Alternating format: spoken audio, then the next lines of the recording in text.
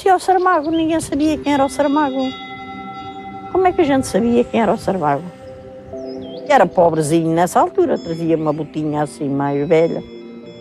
E a camisa, às vezes os colarinhos um bocadinho safados, as calças também mais velhas.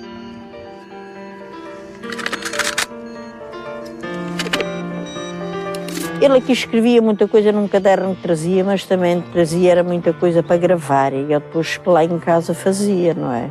Porque ele aqui, ao pé da gente, trazia umas caixinhas. O meu filho, como era novinho, era muito abelhudo, queria saber tudo. E depois ele explicava-lhe o que era aquilo. Olá, Mariana. Obrigada. Como é que vai isto? Eu vou bem. Ótima sempre. Está Sempre, sempre bem, não é? Pois. E então, José, como é que vai? Mas bem. está melhorzinho agora. Agora estou melhor. Está, pois, porque até no livro achei assim mais coisas. Agora está mais melhorzinho, mais jovem. Agora estou melhor. Está melhor, mais jovem não estou. Não, a gente também torna mais jovem hoje, sou jovem. Eu olhava para ela e pensava isso mesmo. Que jovem está esta mulher. 30 anos depois, José Saramago regressa à casa de Mariana Bazuga, onde passou muitos serões.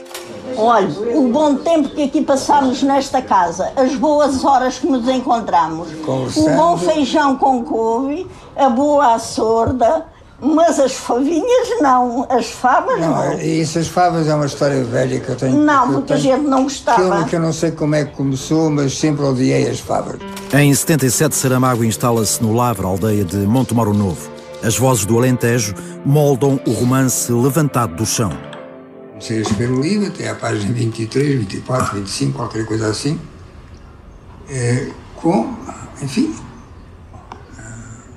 Como qualquer outro livro, não é? Com os sinais de pontuação todos. O romance conta a epopeia de 3 gerações de camponeses alentejanos, os Mau Tempo. Saramago denuncia nesta obra a injustiça e a violência dos poderes do Estado e da Igreja. E é com o Levantado do Chão que o escritor descobre uma voz própria. De repente estou a escrever praticamente como escrevo hoje e como, a partir daí, foi o resto do Levantado do Chão.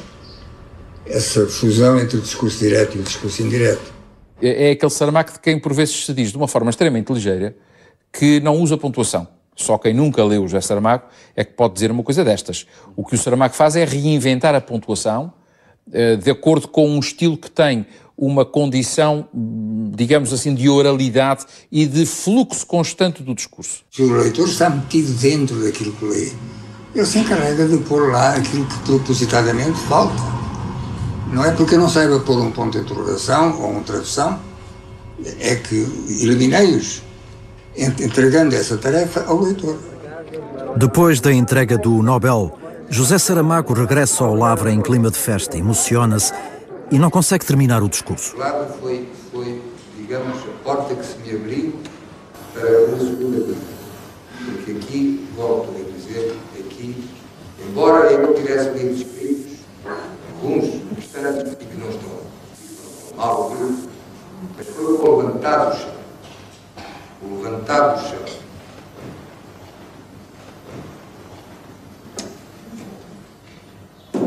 Saltaram as lágrimas, recordava tudo aquilo que tinha sucedido. Como é que aqui vim parar? Como é que vim parar aqui?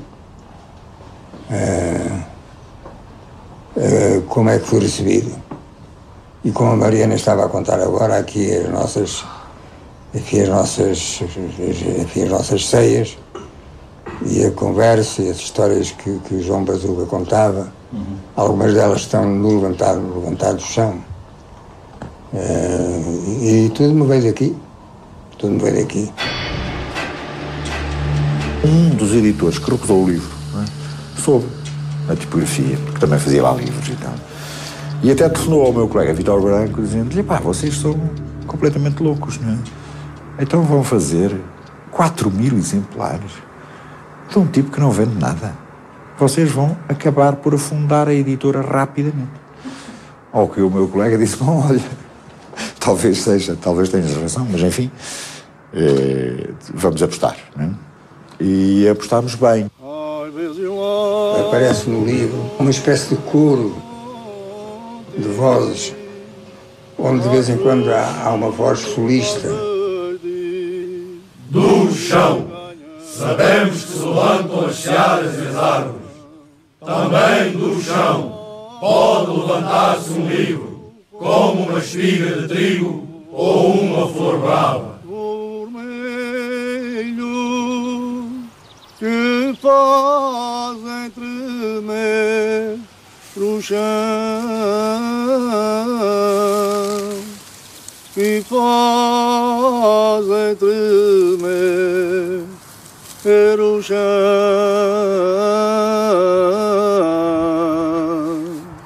Lembro-me os tempos passados,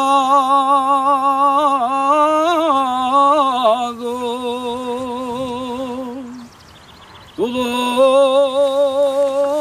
se vai acabando.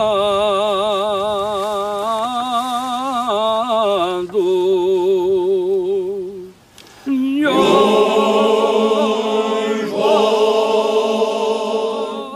vai puxando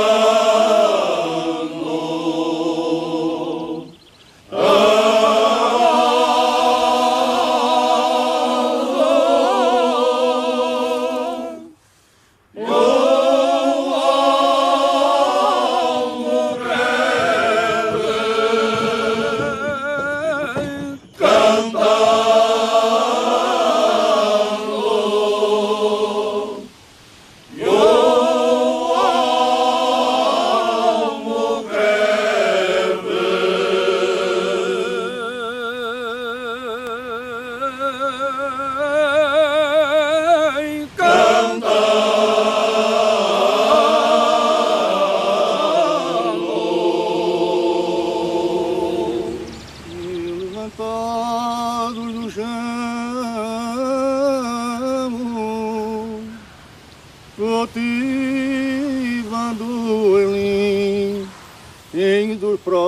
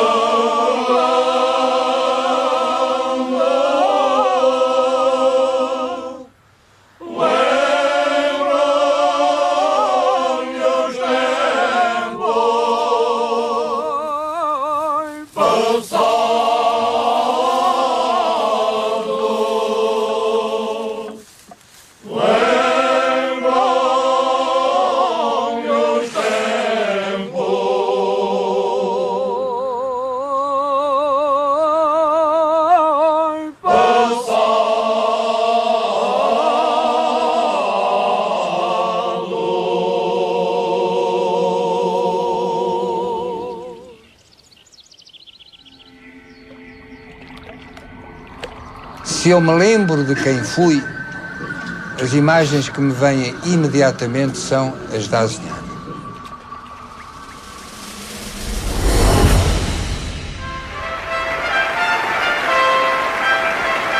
Prémio Nobel da Literatura 1998, José Saramago, Portugal.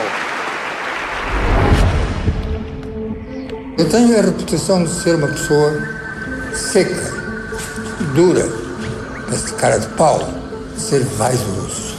Mas eu sou um sentimental.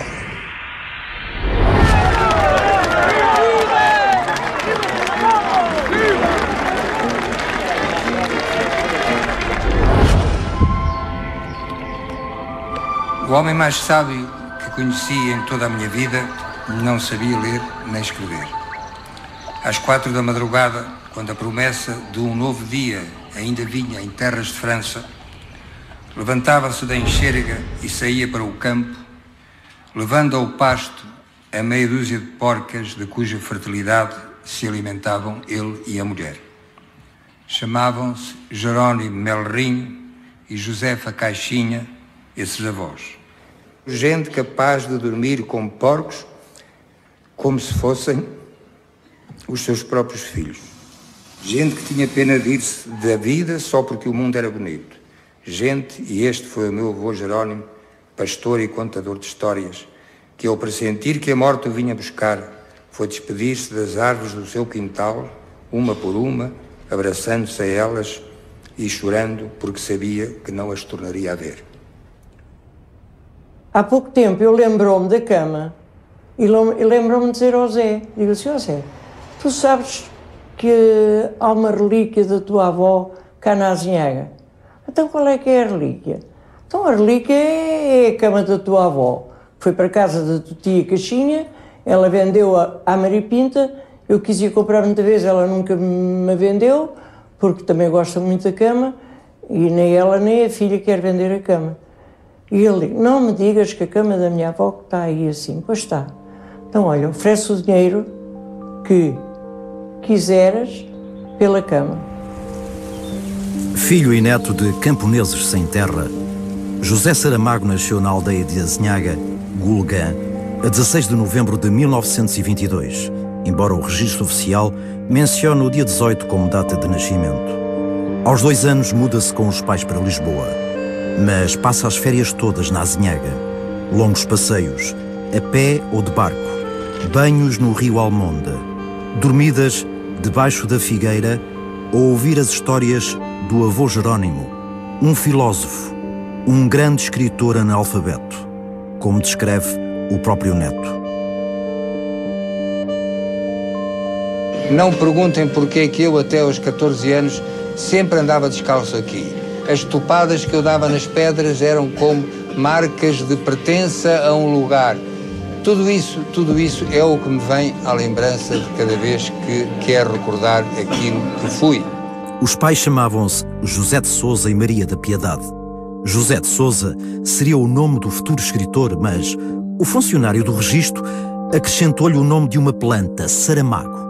A lenda que se pôs a funcionar dentro da família é que o funcionário que se chamava Silvino estava bêbado. Porque o meu pai, quando chegou ao registro civil, na Gulgã, eu perguntou-lhe, então como é que se chama o rapaz? E o meu pai, um pouco olimpicamente, responde, como o pai dele. O pai era José de Sousa e queria que o filho também fosse José de Sousa. Mas o Silvino resolveu a questão, não é? José de Sousa Saramago. Portanto, suponho que é o único caso na história da humanidade em que o filho deu o nome ao pai.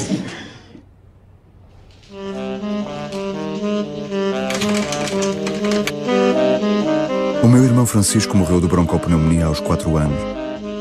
Muitos anos depois pedi à Conservatória do Registro Civil, da Gulgã, uma certidão de nascimento de Francisco Sousa. A julgar por aquele documento oficial, o Francisco não tinha morrido. Só restava uma solução: investigar na vastidão dos arquivos dos cemitérios de Lisboa. O Francisco morreu no dia 22 de dezembro, às 4 da tarde, e foi enterrado no cemitério de Benfica no dia 24, quase à mesma hora.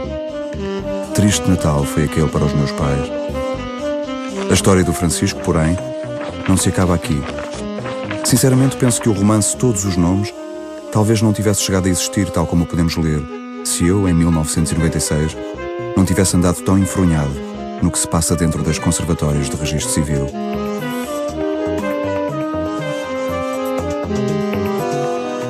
Um dos grandes romances da literatura portuguesa de amor é, de facto, Todos os Nomes, não é? Porque é um romance de amor absoluto, não é? É um romance de amor que não tem objeto, não é? É um romance em frente de um fantasma, um personagem de arquivo que ele, digamos, lentamente se apaixona, não é? E que vai saber quem é essa figura, é uma entre os milhares do arquivo, não é? Que está ali, não é? E que se vai perdendo realmente no tempo, não é? E ele, de algum modo, essa paixão que ele quer salvar do esquecimento, não é? É essa pessoa que ele não ignora, não é? E, portanto, vai fazer de detetive, não é? Para encontrar realmente um fantasma e para saber que ela já está morta, não é? E para concluir que, afinal de contas, esse é o destino realmente da humanidade, é que realmente todos estamos condenados ao esquecimento. Saramago escreve o primeiro poema aos 18 anos, dedica-o a Hilda Reis, com quem casa em 44. Cautela, que ninguém ouça o segredo que te digo. Dou-te um coração de louça, porque o meu anda contigo. Eu acho que da minha mãe herdei uma emotividade muito grande, que está muito escondida, mas que é muito grande. Do meu pai herdei para já a teimosia. Sou um bocado também é verdade, sou escorpião como ele, portanto, se calhar é um bocado também de signo. O que é que eu herdei? Herdei o gosto pelo rigor. Em 47, com 25 anos, Saramago publica o primeiro livro, o romance Terra do Pecado. Depois, está quase 20 anos sem publicar. Há um homem que hasta o ano 80 tuvo etapas duríssimas em sua vida, que lo tuvo que aprender todo porque nada estaba escrito desde el principio y que supo reconocer sus orígenes como una energía de futuro para construir su propio mundo y su propio lenguaje a partir de esos orígenes, sin traicionarlos. José Saramago consegue o primeiro emprego como serralheiro mecânico nas oficinas dos Hospitais Civis de Lisboa. Um ano mais tarde, é transferido para os serviços administrativos dos mesmos hospitais. As oficinas contavam, não é? Por causa que isto era um sistema muito antigo, há 60 anos, isto tinha uma coisa muito antiga. Trabalhava por meio de, como digo, de tração, não é? Era um motor que se vendia através de correias a todos os motores que trabalhavam aqui. E fazia um ruído terrível, não é? Era bum, bum, bum, 8 horas por dia. E ele não gostava nada disso, por isso é que fugiu, não é?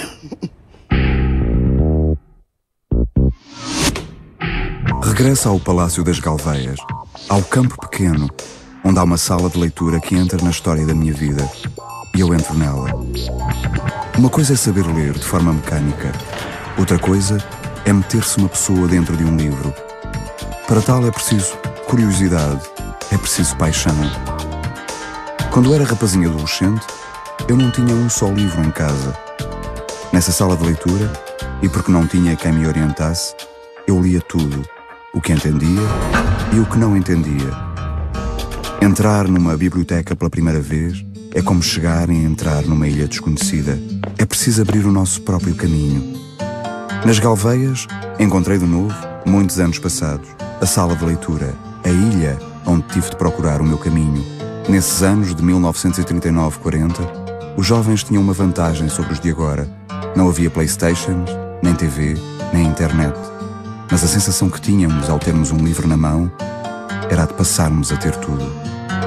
Encontrei por acaso, li por acaso, uma série de odes do Ricardo Reis. E como eu era muito ignorante, mais ignorante nessa altura do que sou hoje, eu julguei que havia, de facto, um poeta que se chamava Ricardo Reis.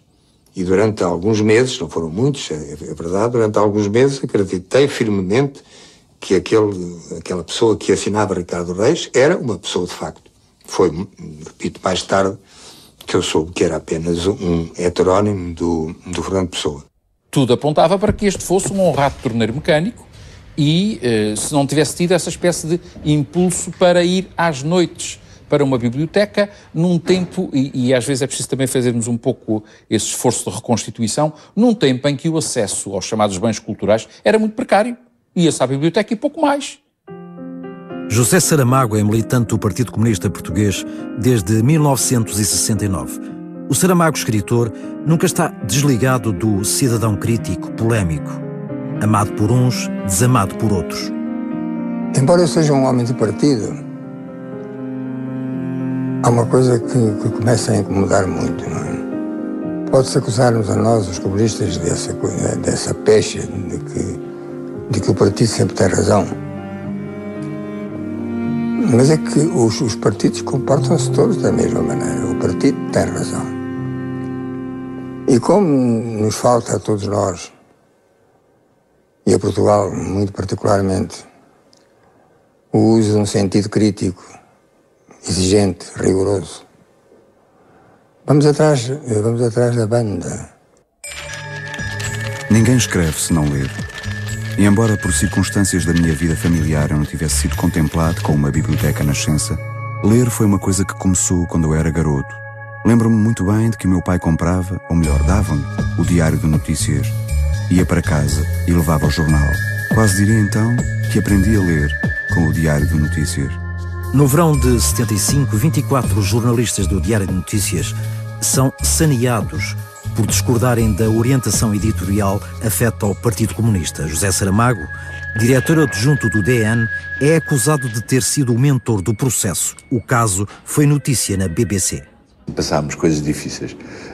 24 pessoas que vão para a rua e que são jovens, eu na altura era jovem, que têm filhos pequenos e vão para a rua sem um tostão, sem terem meios de sustentar a família. Não, nessa altura não há empregos, não é? Ninguém vai encontrar emprego ali ao virar da esquina.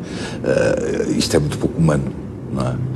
E, portanto, este tipo de visão do mundo, ainda bem que ela não se impôs. Agora, o que tem que se fazer ao Saramago, a justiça de dizer que ele defendia pontos de vista com os quais a vida dele é coerente, e era coerente anteriormente. O Saramago sempre foi um homem de convicções muito firmes e obviamente estava convicto que a orientação que dava o jornal era a orientação que melhor servia não só os interesses do jornal, mas os interesses dos leitores do jornal. Tornar-me responsável, exclusivo, por um acontecimento em que pelo menos há uma quantidade de responsáveis, desde eu, que sou o primeiro motor desta história, até ao Conselho Geral de Trabalhadores e até à administração, com raríssimas exceções,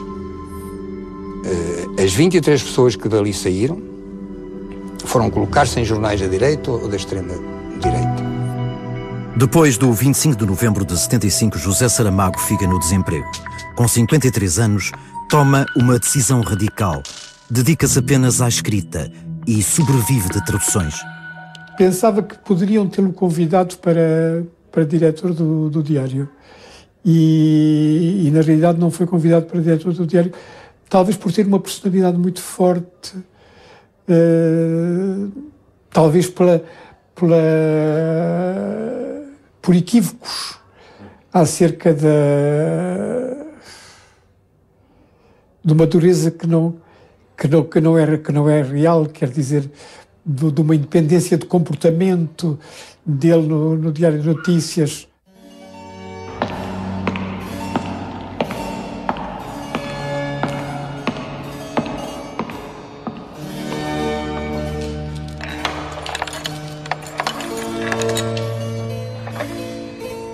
Era uma vez um rei que fez promessas de levantar um convento em Mafra. Era uma vez a gente que construiu esse convento. Era uma vez um soldado maneta e uma mulher que tinha poderes. Era uma vez um padre que queria voar e morreu doido. O Memorial do Convento é o romance mais conhecido de José Saramago e obra de leitura obrigatória no ensino secundário. O romance conta a história de amor entre Baltazar, um dos operários do convento, e de Blimunda Sete Sóis, uma mulher que consegue ver o interior dos homens. Mas é igualmente o retrato de uma época e da figura de Dom João V, que mandou construir o convento. Nessa época em que o Dom João V, em que lhe entrou esse delírio das grandezas, com a construção de Mafra e outras coisas mais, esse dinheiro, essas riquezas entravam em Portugal e seguiam diretamente para os Países Baixos, para a Alemanha, para a Itália. O Portugal rico, digamos, do século XVIII, do tempo de Dom João V, era tão pobre como o povo no Portugal do século XX, dos 50 anos que durou a ditadura. O Baltazar, a Blimunda e o povo nos saem, de facto, como os grandes heróis deste romance. Apesar, o rei manda, o povo cumpre, mas os grandes heróis são, de facto, os trabalhadores que conseguiram construir Mafra num tempo recorde. Um romance em que as duas águas estão misturadas. Nós estamos a ler aquela história, estamos no tempo de Dom João V, mas estamos, sobretudo, no nosso tempo. Não é? Um universo fechado, opaco, no qual só se pode sair através de uma invenção, não é? Que é representada no romance pela passarola do Bartolomeu, não é? E que tanto voa para o passado como voa para o futuro. Não é? Portanto, é uma máquina de voar esse próprio romance. O memorial mudou completamente o nosso cotidiano, mudou Mafra, aliás, as pessoas ficam muito admiradas da quantidade de jovens que visitam este convento. Prometo, pela minha palavra real, que farei construir um convento de franciscanos na vila de Mafra, se a rainha me der um filho, no prazo de 1 ano a contar deste dia em que estamos. Deus ouça a vossa majestade.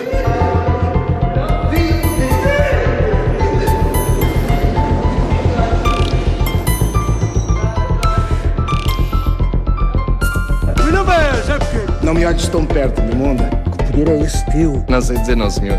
Blimunda, tu recolhes as vontades. Eu vejo o que está dentro dos corpos. Majestade, o estado da obra não me vi tão feliz com visão.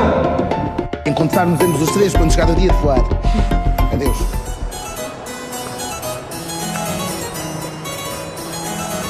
A primeira tradução da obra de Saramago é em italiano, com o Memorial do Convento.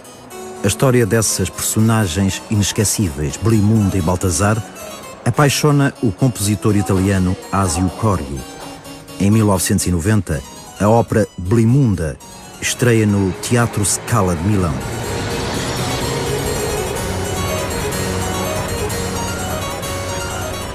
La Blimunda rappresenta innanzitutto il mio primo grande successo alla Scala di Milano. In Blimunda c'era ancora questa voglia di utopia, questo pensare che si potesse risollevare il mondo attraverso una speranza, un qualche cosa che aveva a che fare con le donne.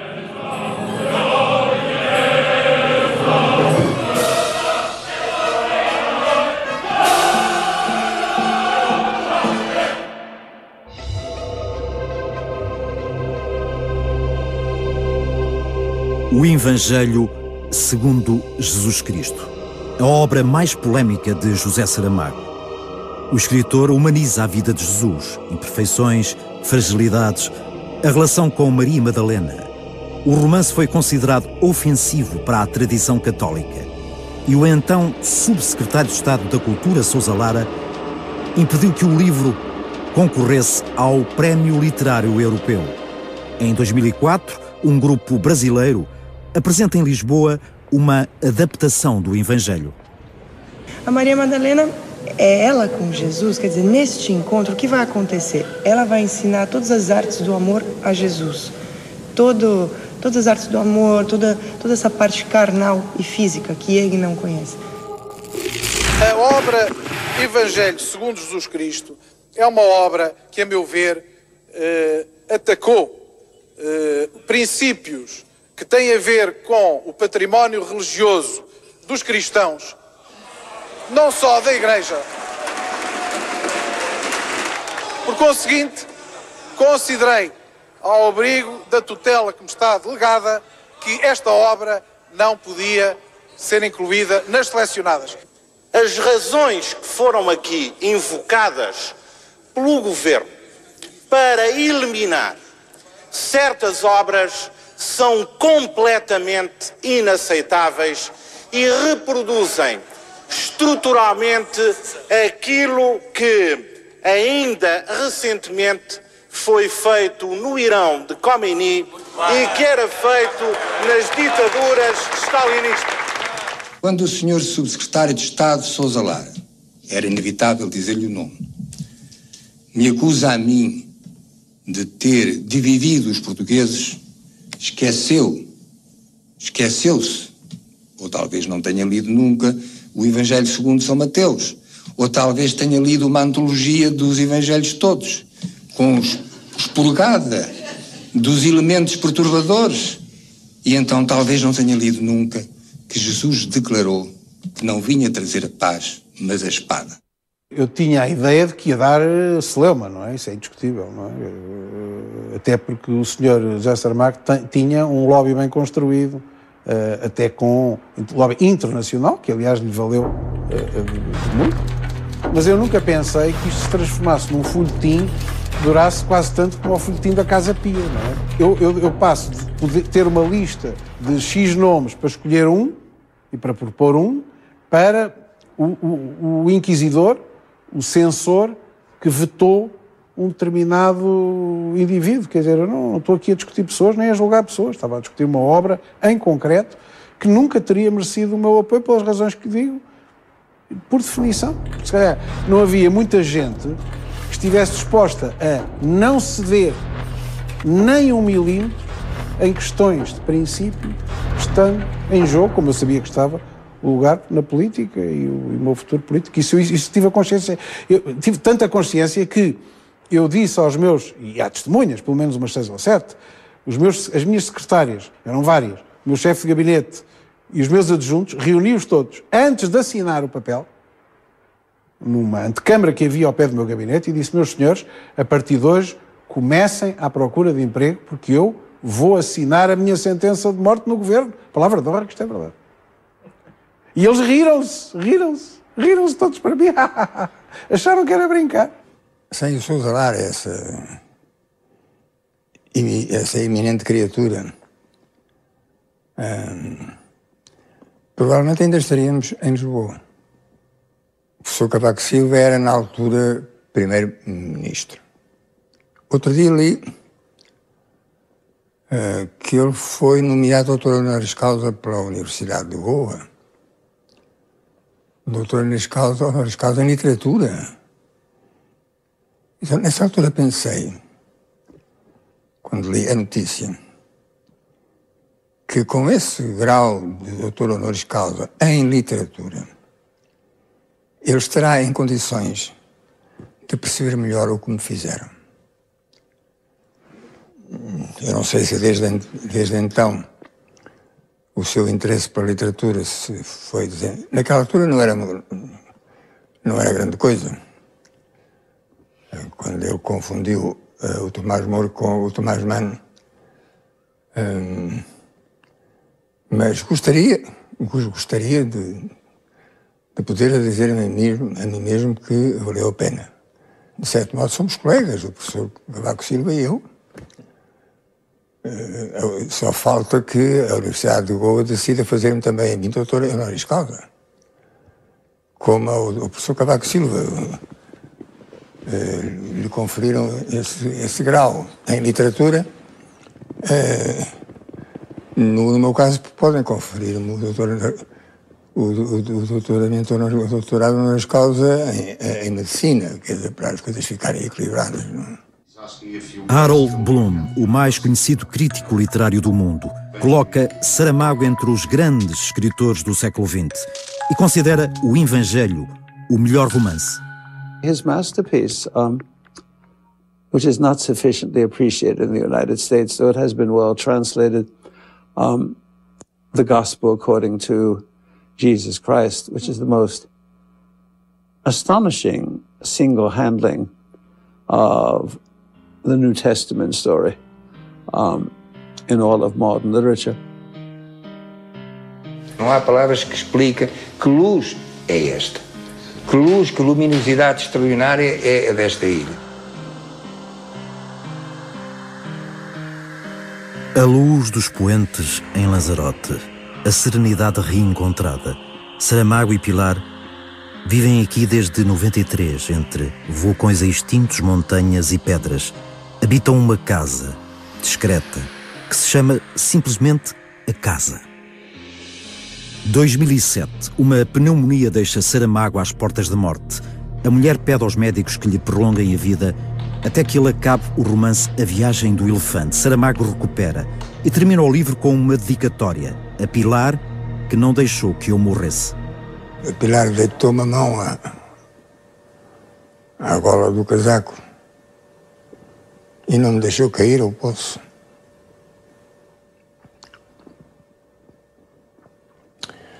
Efetivamente foi aquilo que sucedeu. Claro que os médicos estavam aí e tive a sorte de ter magníficos médicos, uma equipe de médicos absolutamente extraordinária,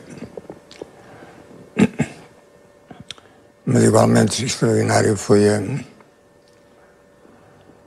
a atitude valente, embora a chorar por dentro.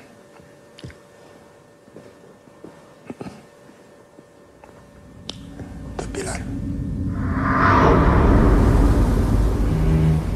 Não me falem da morte, que eu já a conheço, afirma Saramago. E no romance As Intermitências da Morte, publicado em 2005, a morte, mulher, apaixona-se por um músico. A partir do momento em que a morte se emociona, alguma coisa de novo aconteceu.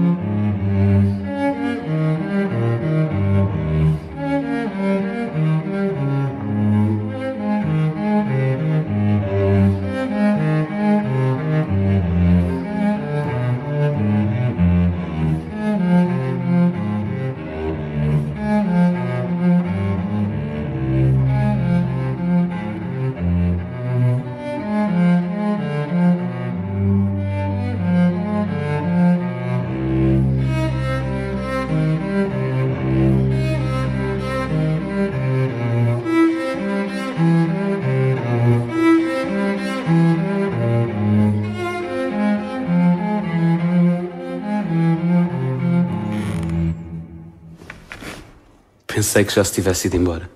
Como vê, resolvi ficar. Mas partir amanhã. A isso me comprometi.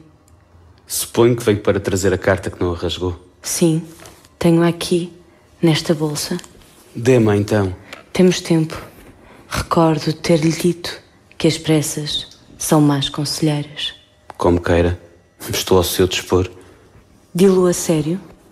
É o meu maior defeito. Digo tudo a sério. Mesmo quando faço rir. Principalmente quando faço rir.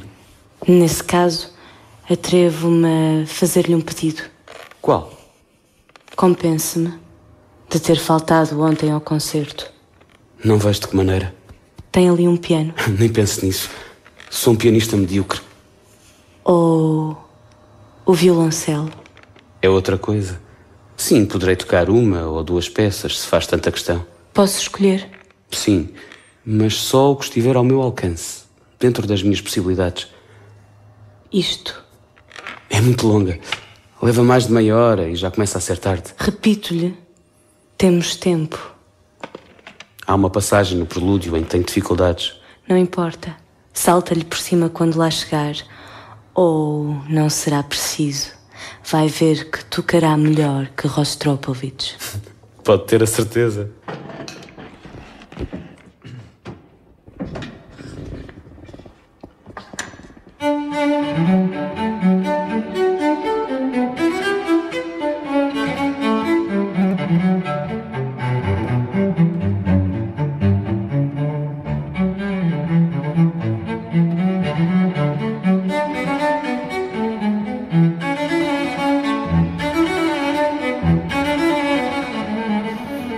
Então ela, à morte, levantou-se, abriu a bolsa e retirou a carta de cor violeta. Acendeu um fósforo.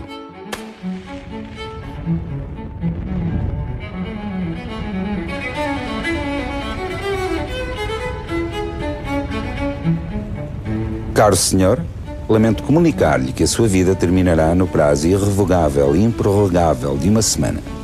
Desejo-lhe que aproveite o melhor que puder o tempo que lhe resta. Tem 8 dias para vender o violoncelo e encontrar outro dono para o cão. Sua atenta servidora, Morte.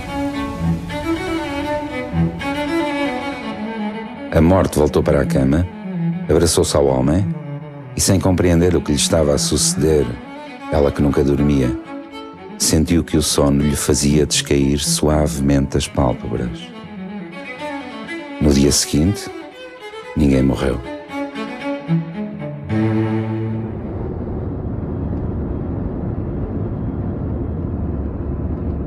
Conocí a Saramago a partir de su literatura, a partir del año de la muerte de Ricardo Reis, y antes había leído Memorias del Convento, pero el libro que me llevó a Portugal fue el año de la muerte de Ricardo Reis. Me llevó a seguir la ruta de Ricardo Reis, no la necesidad de conocer al autor, pero consideré que era de bien nacida agradecerle al autor el placer estético y ético que me había producido con la lectura del libro.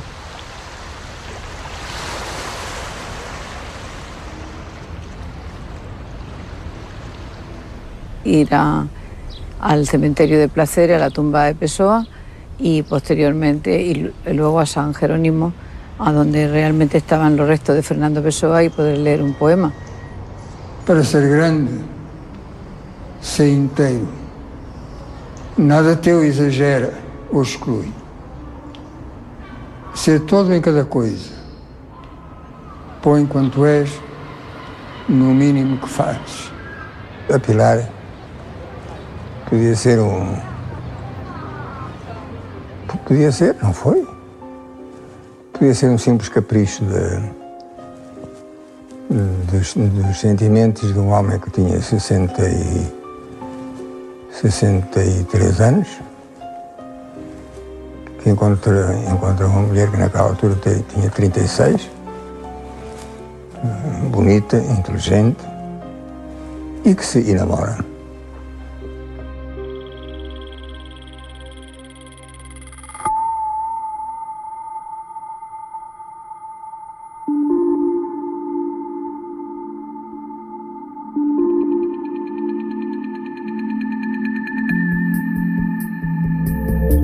Saramago es queridísimo en Portugal, queridísimo. Basta ir con él viajando un poco, basta ver la satisfacción de las personas cuando Saramago va a una escuela, va a un pueblo, va a un sitio pequeño, o cuando hay una convocatoria. No.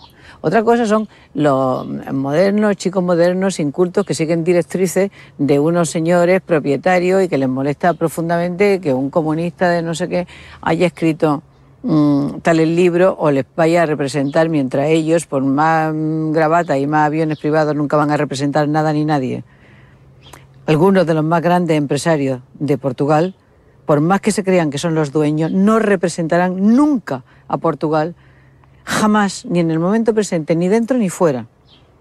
Y mira por dónde, un señor autodidacta, nacido en una aldeíta, sin estudio, trabajador infatigable de cada día, él solo, sin renunciar a nada, siendo coherente a sus orígenes, al trabajo y a la fuerza de los suyos.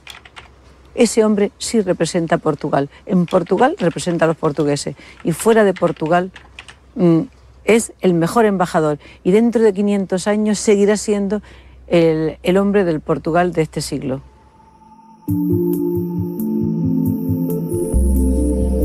É o primeiro Nobel de Literatura de Língua Portuguesa.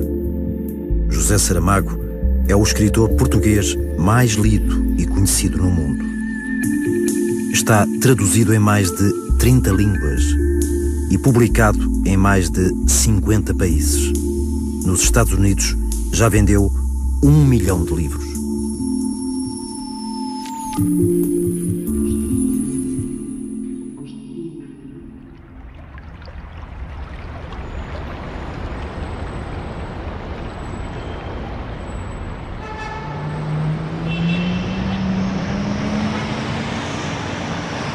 Será Nova Iorque realmente uma cidade?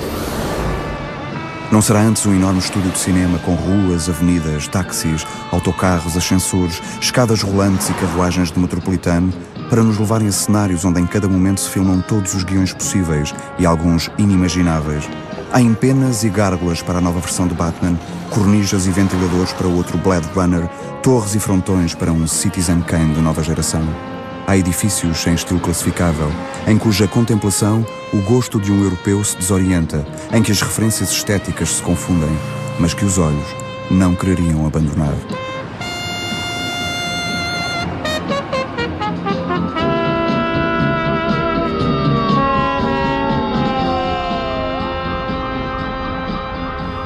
He has a superb genius for not letting you know what it is you are to expect as you go from chapter to chapter, from page to page. Perhaps Saramago would not have achieved his world reputation without the Nobel Prize.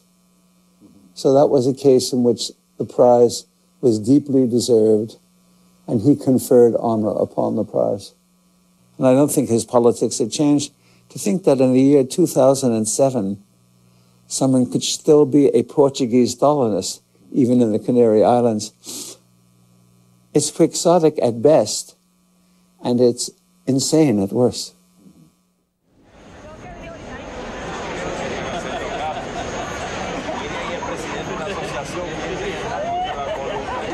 Es muy difícil leer todos los libros de Saramago porque los ha escrito en muy poco tiempo. Es lo más extraordinario de escritor tardío. Él empezó en un momento en que los escritores están terminando de escribir y todavía sigue escribiendo como si tuviera 18 años. De repente, homem fica cego ao volante, no meio do trânsito caótico de uma grande metrópole. A cegueira alastra em personagens sem nome. Ensaio sobre a cegueira, o romance de José Saramago, chega ao cinema com o título Blindness, adaptação de Fernando Meirelles, o realizador da Cidade de Deus. Where are you, dog? Still there? No, don't follow him. He'll lead you to a fire hydrant. He's much too proud to be a blind boy's dog. A primeira coisa que me surpreendeu assim foi a revelação da fragilidade da nossa civilização, né? A gente acha que a gente é muito sólido, muito estável, civilizados, sofisticados. E, de repente, uma pequena peça é retirada, no caso, a visão, e tem um colapso, né? O homem volta ao que era milhões de anos atrás, né? Um estágio quase de animal. Atualmente, devemos estar vendendo o dobro do que se vendia normalmente, só com a expectativa do filme. Acho que Ensaio sobre a Cegueira pode calhar de voltar à lista dos best-sellers, mesmo tantos anos depois de ter sido publicado.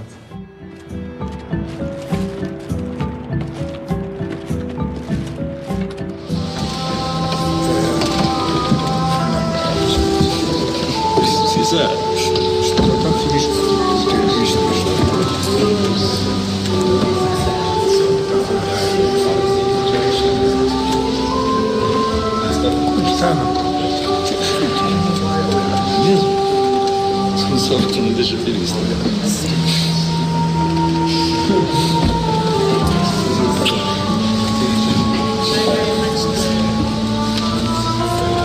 Acho que é um grande filme. O espírito do livro está aqui intacto, inteiro. E isso, como autor, como autor do livro, torna-me muito feliz.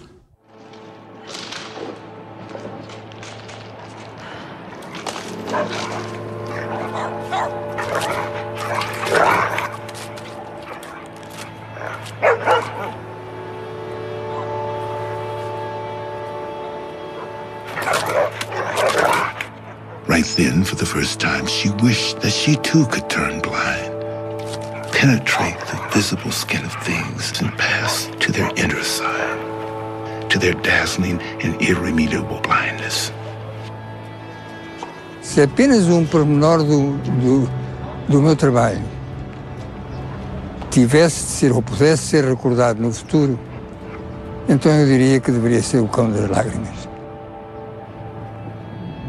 O cão que se aproxima, como se estivesse animado pelos melhores sentimentos humanos, e um dos melhores sentimentos humanos é a compaixão, e compadecendo-se daquela mulher que está, enfim, prostrada no chão e chorando, vem enxugar as lágrimas.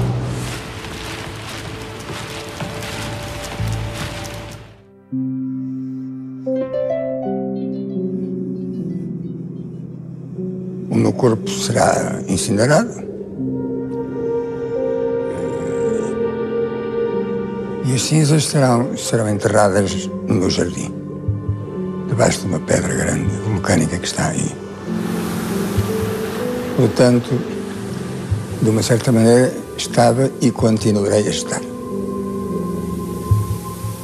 E como eu escrevi, sem nada escrito fora, sem nenhuma inscrição, e que de vez em quando me ponham uma florzita na pedra para eu saber que não fui esquecido.